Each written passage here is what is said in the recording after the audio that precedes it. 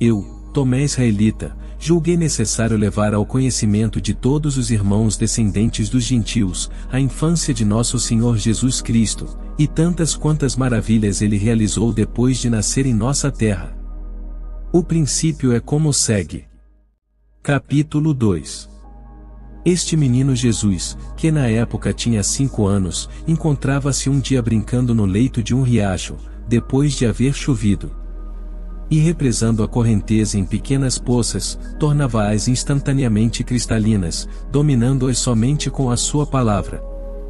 Fez depois uma massa mole com o barro e com ela formou uma dúzia de passarinhos. Era então um sábado e havia outros meninos brincando com ele. Porém, um certo homem judeu, vendo o que Jesus acabara de fazer num dia de festa, foi correndo até o seu pai José e contou-lhe tudo. Olha, teu filho está no riacho, e juntando um pouco de barro fez uma dúzia de passarinhos, profanando com isso o dia do sábado. José veio ter ao local, e ao vê-lo, falou com ele dizendo: Por que fazes no sábado o que não é permitido fazer? Mas Jesus, batendo palmas, dirigiu-se às figurinhas ordenando-lhes: Voai, e os passarinhos foram todos embora gorjeando. Os judeus, ao verem isso, encheram-se de admiração e foram contar aos seus superiores o que haviam visto Jesus fazer. Capítulo 3. Encontrava-se ali presente o filho de Anás, o escriba, e teve a ideia de fazer escoar as águas represadas por Jesus usando uma planta de vime. Ante essa atitude, Jesus indignou-se e disse: Malvado, ímpio e insensato! Será que as poças e as águas te estorvavam? Ficarás agora seco como uma árvore, sem que possas dar folhas, nem raiz nem frutos. Imediatamente o rapaz tornou-se completamente seco. E os pais pegaram o infeliz, chorando a sua tenra idade, e o levaram ante José, maldizendo-o por ter um filho que fazia tais coisas. Capítulo 4. De outra feita, ele andava em meio ao povo e um rapaz que vinha correndo esbarrou em suas costas. Irritado, Jesus lhe disse: Não prosseguirás teu caminho. E imediatamente o rapaz caiu morto. Algumas pessoas que viram o que se passara, disseram: De onde terá vindo esse rapaz, pois todas as suas palavras tornam-se fatos consumados? E os pais do defunto, chegando a José, o interpelaram dizendo: Com um filho como esse, de duas uma, ou não podes viver com o povo ou tens de acostumá-lo a abençoar e não a amaldiçoar, pois causa morte aos nossos filhos. Capítulo 5. José chamou Jesus à parte e o admoestou da seguinte maneira: Por que fazes tais coisas, se elas se tornam a causa de eles nos odiarem e perseguirem? Jesus replicou: Bem sei que estas palavras não vêm de ti. Mas calarei por respeito à tua pessoa. Esses outros, ao contrário, receberão seu castigo. E no mesmo instante aqueles que haviam falado mal dele, ficaram cegos. As testemunhas desta cena encheram-se de pavor e ficaram perplexas, confessando que qualquer palavra de sua boca, fosse boa ou má, tornava-se um fato e se convertia numa maravilha. Quando José percebeu o que Jesus havia feito, agarrou sua orelha e a puxou fortemente. O rapaz então indignou-se e lhe disse: A ti é suficiente que me vejas sem me tocares. Tu nem sabes quem sou, pois se soubesses não me magoarias. E ainda que neste instante eu esteja contigo, fui criado antes de ti. Capítulo 6. Naquela época encontrava-se em um local próximo um certo rabino de nome Zaqueu, o qual, ouvindo Jesus falar dessa maneira com seu pai, encheu-se de admiração, ao ver que sendo um menino, dizia tais coisas. Então, passados alguns dias, aproximou-se de José e lhe disse: Vejo que tens um filho sensato e inteligente. Então, me confie para que aprenda as letras. Eu, de minha parte, juntamente com elas, ensinar-lhe-ei toda espécie de sabedoria e a arte de saudar os mais velhos, de respeitá-los como superiores e pais, e de amar seus semelhantes. E lhe disse todas as letras com grande esmero e clareza, desde o alfa até o ômega. Jesus, porém, fixou seus olhos no rabino Zaqueu e lhe disse: como te atreves a explicar beta aos outros, se tu mesmo ignoras a natureza do alfa? Hipócrita, explica primeiro a letra A, se é que sabes, e depois acreditaremos em tudo o que disseres com relação a B. Depois começou a interrogar o professor sobre a primeira letra, porém este não pôde responder-lhe. Disse então a Zaqueu na presença de todos: aprende, professor, a constituição da primeira letra, e repara como tem linhas e traços médios, aqueles que vês unidos transversalmente, conjuntos, elevados, divergentes. Os traços contidos na letra A são de 3 sinais, homogêneos, equilibrados e proporcionados. Capítulo 7.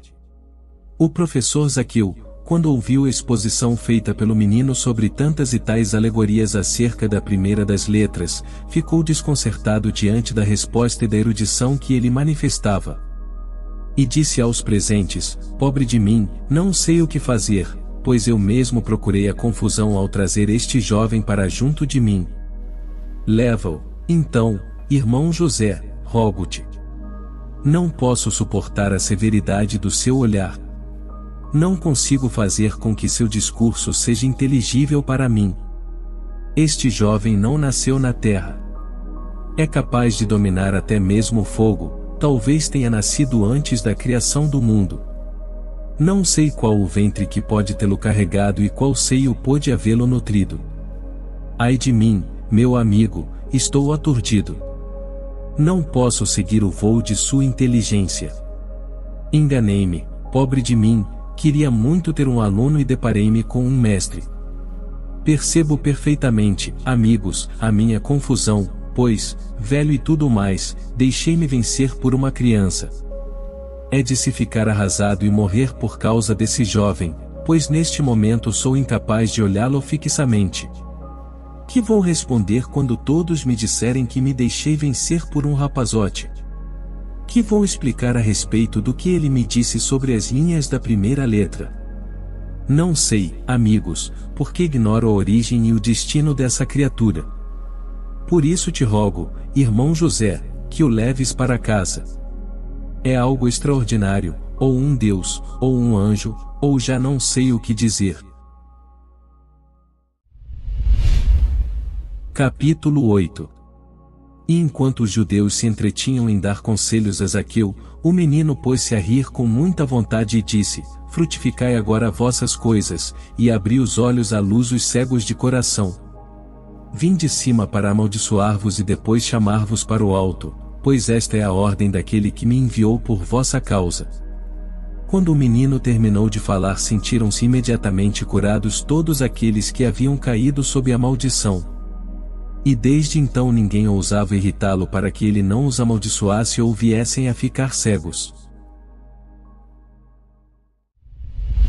Capítulo 9. Dias depois encontrava-se Jesus brincando num terraço. E um dos meninos que estavam com ele caiu do alto e morreu. Os outros, ao verem isso, foram-se embora e somente Jesus ficou. Depois chegaram os pais do morto e puseram a culpa nele.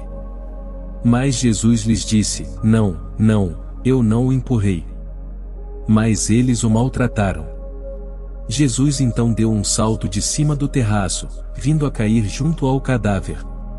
E pôs-se a gritar bem alto: Zenon, assim se chamava o menino, levanta-te e responde-me, fui eu quem te empurrou? O morto levantou-se num instante e disse: não, Senhor. Tu não me jogaste, porém me ressuscitaste. Ao ver isto, ficaram consternados, todos os presentes, e os pais do menino glorificaram a Deus por aquele maravilhoso feito e adoraram a Jesus. Capítulo 10. Poucos dias depois estava um jovem cortando lenha nas redondezas, e aconteceu que o machado escapou e cortou a planta do seu pé. O infeliz estava morrendo rapidamente por causa da hemorragia. Sobreveio por isso um grande alvoroço e juntou muita gente. Também Jesus veio ter ali. Depois de abrir espaço à força por entre a multidão, chegou junto do ferido e com suas mãos apertou o pé injuriado do jovem, que num instante ficou curado. Disse então ao rapaz: levanta-te já, continua cortando lenha e lembra-te de mim. A multidão, quando se deu conta do que havia acontecido, adorou o menino dizendo: verdadeiramente o Espírito de Deus habita esse rapaz.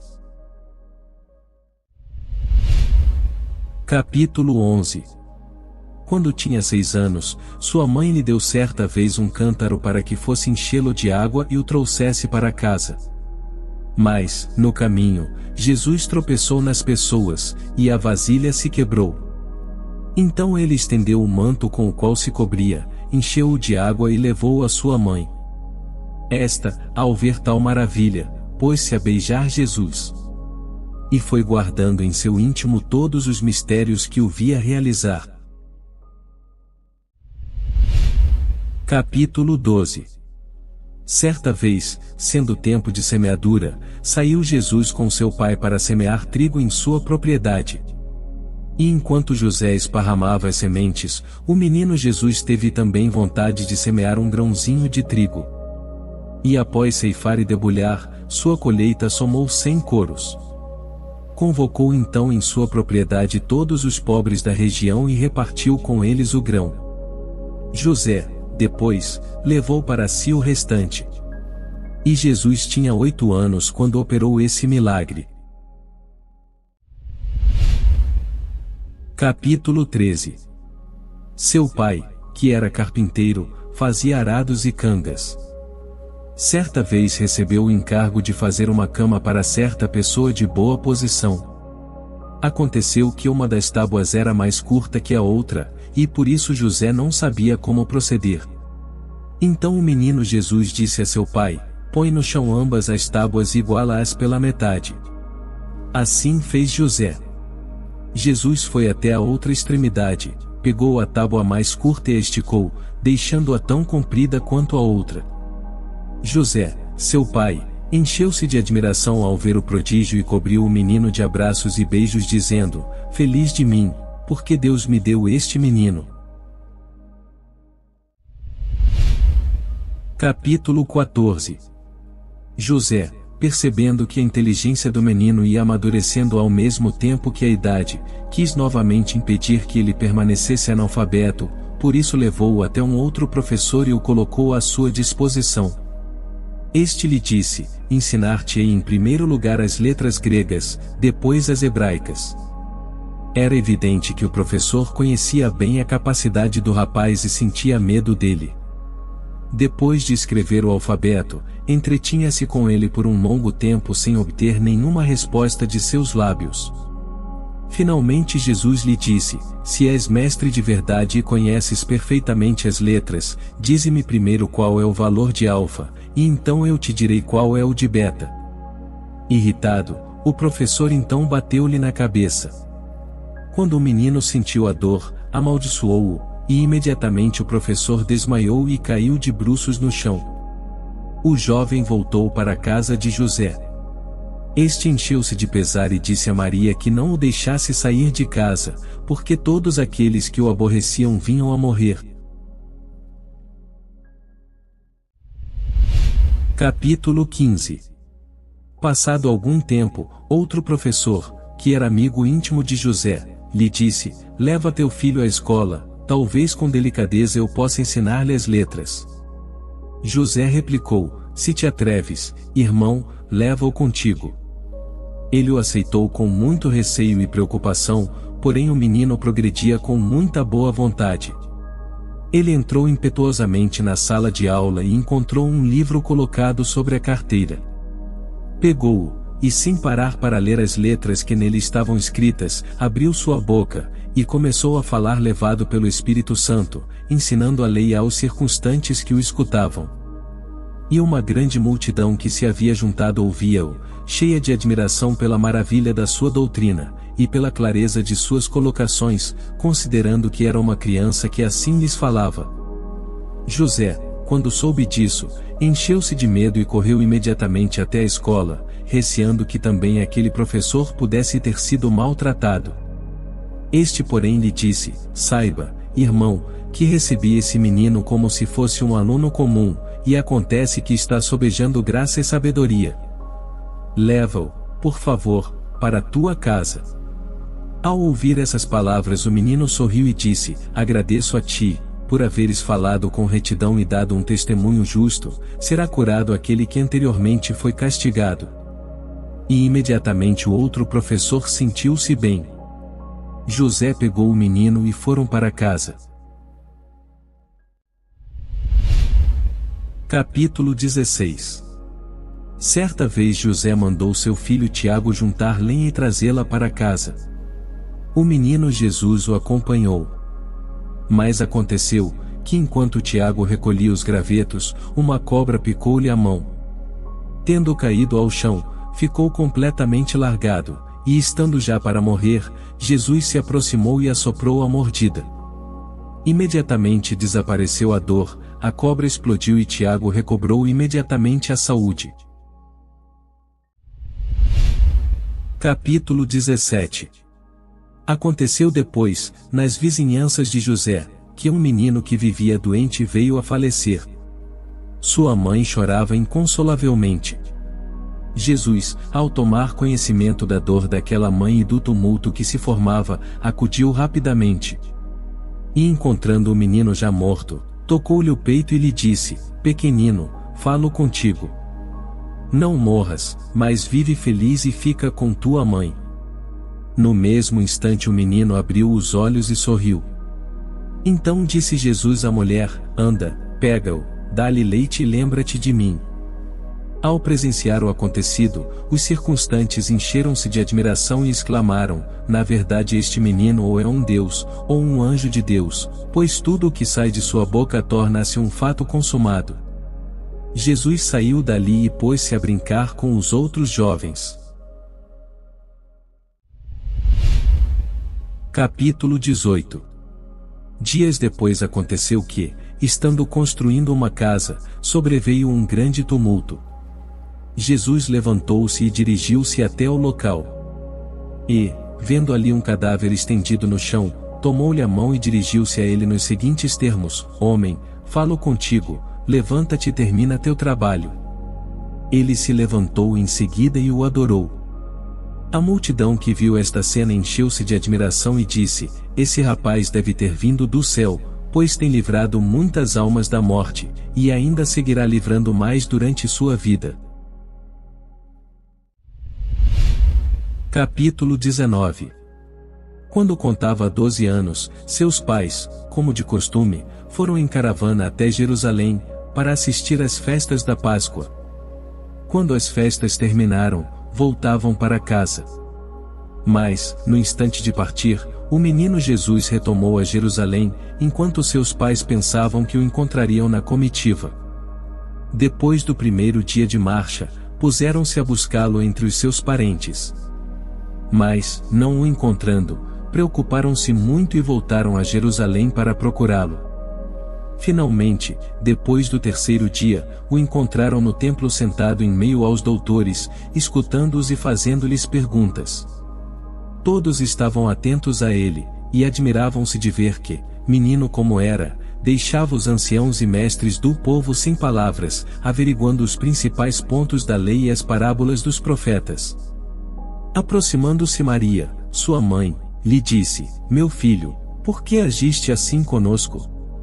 Veja com que preocupação temos estado a te procurar.